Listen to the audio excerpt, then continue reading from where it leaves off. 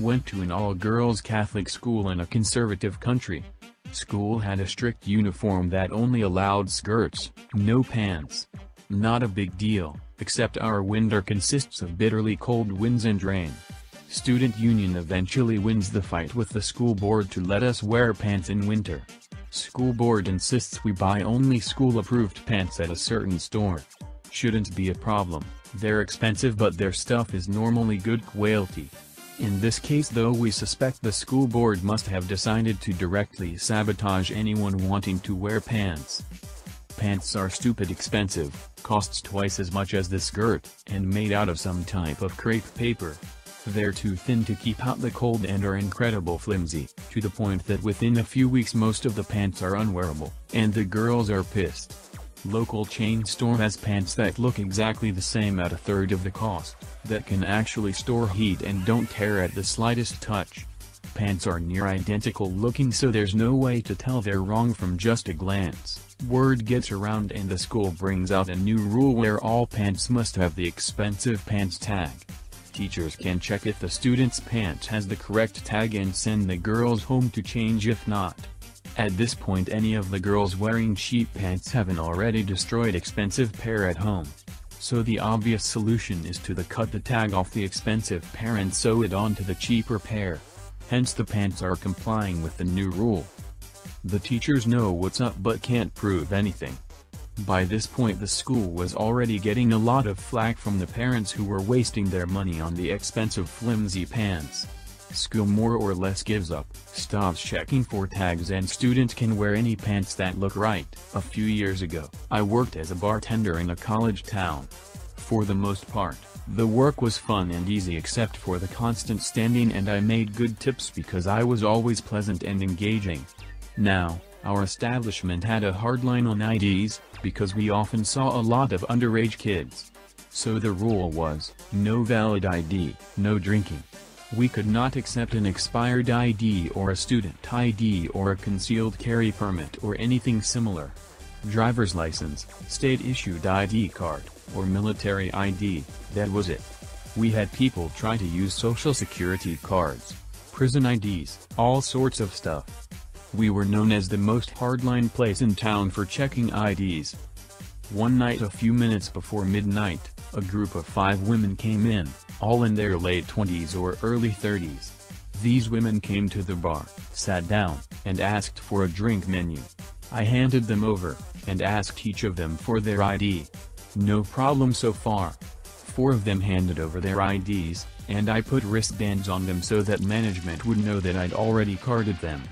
One, however, did not show me her ID. Instead, she said, "I don't want a drink yet. I'll let you know when I'm ready," in the most condescending voice possible.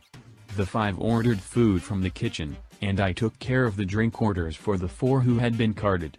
The woman who didn't show me her ID complained about the slow service from the kitchen, the quality of the food. "It was pub food, lady. IDK what she expected from tater tots and chicken fingers," and generally ran the place down to her friends and made an incredible mess on the bar while she was eating. When she was finished eating, she snapped her fingers at me to get my attention and said I'll have a drink now and ordered. I asked again politely for her ID. With a huff, she pulled it from her purse and flung it across the bar at me.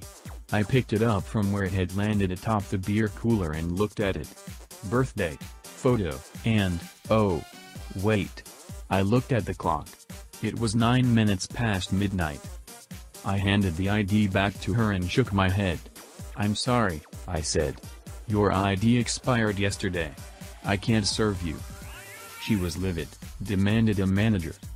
When he showed up, he looked at her expired ID, looked at my shit-eating grin, and told the woman, "I'm sorry, but Bob's in charge of the bar tonight. Your ID is expired. We can't serve you." I still grin, thinking about that night. So 2 years ago I worked as a high school science teacher in my hometown. I started quite early, 22 when I started, and I've always had the tendency to make work more exciting by pulling pranks on students and teachers alike. After one of my co-workers, language teacher, Miss LT, found out about my most recent stunt, she turned to me in the teacher's lounge and said, "Urslima, why do you waste so much energy on this? Some of us are trying to keep order in the school. Why don't you spend your time on making people's days better instead of worse? Now, to be fair, my pranks never encouraged order in the school. However, they were never malicious. So I felt the slightest bit offended by what she said and decided that it called for a prank. I knew that this Miss LT, although she is very good at her job, she is unable to handle compliments. Her authority over her students is based largely in her attitude of being the one that decides what feedback is given in class and to whom. So, I tracked down one of her classes to the classroom where they were before their LT class and asked the teacher if I could address the class for a minute. Of course, no problem. So I asked everyone's attention and said, "In 10 minutes you'll be going to Miss LT's class. I want to ask you a favor when you walk in the classroom. Miss LT will be standing at the door, and when you give her a hand, I want you to make her a compliment. Maybe about her smile, or her shoes, or the way she put up her hair, anything that comes to mind. Try to vary it so that you won't all say the same thing." I left and positioned myself with some teachers on the balcony from the first floor where we could see the entrance to her classroom. I didn't tell them what I did, just motioned, "Watch this." And as students walked into her classroom, we could see her face turn redder and redder, mouthing "thank you" every time, until after the 5th kid she started giggling, and after the 12th kid she had completely lost it.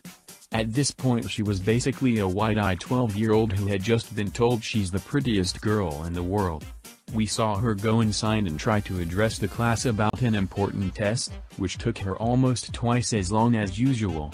She was visibly stammering her way through her story. Later in the teacher's lounge she found out. Me: "So, was your day better or worse?" LT: "You. It was you. I didn't get anything done today. I couldn't discipline anyone after this." Me: "But how's your day?"